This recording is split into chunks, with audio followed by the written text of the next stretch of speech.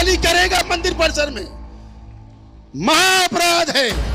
कभी भी मुक्ति नहीं पाएगा उसका परिवार, उसका वंश कभी मुक्ति नहीं पाएगा। और ध्यान रहे, इस बार ब्रह्मपुत्र नदी का जल भी लाल नहीं होगा।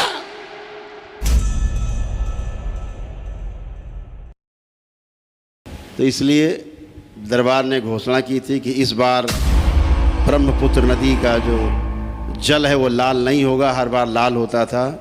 अभी वीडियो आ गया है, ब्रह्मपुत्र नदी का जल लाल नहीं हुआ है। बाबा जी, हम ब्रह्मपुत्र नदी में खड़े हूँ। इस बार ब्रह्मपुत्र नदी का पानी लाल नहीं हुआ है। इस वक्त हम ब्रह्मपुत्र नदी में हैं।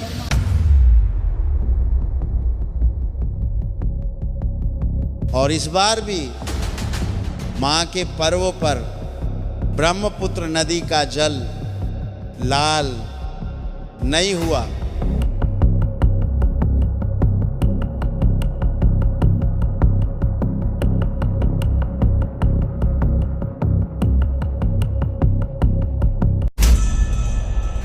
दरबार में सब आप जानते हैं कि माता जब रजस्वला होती है महापर्व में, अम्बुवाची में, तो ब्रह्मपुत्र नदी का जल लाल हो जाता है।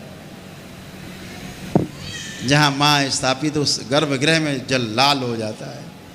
तो सफ़ेद वस्त्र डाल के रंगा, उससे लाल रंग लिया जाता है। सफ़ेद वस्त्र लाल हो जाता है, फिर उसको काट के सबको बांटा जाता है। पूरे साल बांटते हैं।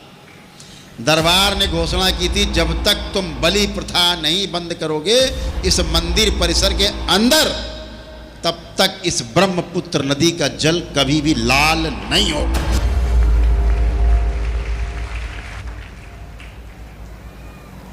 दो बार हो चुका है जल लाल नहीं हुआ। तीसरा वर्ष है, लाल नहीं होगा। तो अभी मैं पांडुनाथ मंदिर का नीचे का जो घाट है उधर पहुंच गया हूं और देखिए ब्रह्मपुत्र का पानी लाल तो बिल्कुल ही नहीं है। लाल तो बिल्कुल ही नहीं है। पानी जो है बिल्कुल भी लाल नहीं है। दरबार ने 18 जून को घोषणा की थी कि माँ के क्रोध का प्रमाण ये होगा कि हर वर्ष ब्रह्मपुत्र नदी का जो जल लाल हो जाता था माँ के रक्त से, वो इस बार माँ के रक्त से ब्रह्मपुत्र नदी का जल लाल नहीं होगा।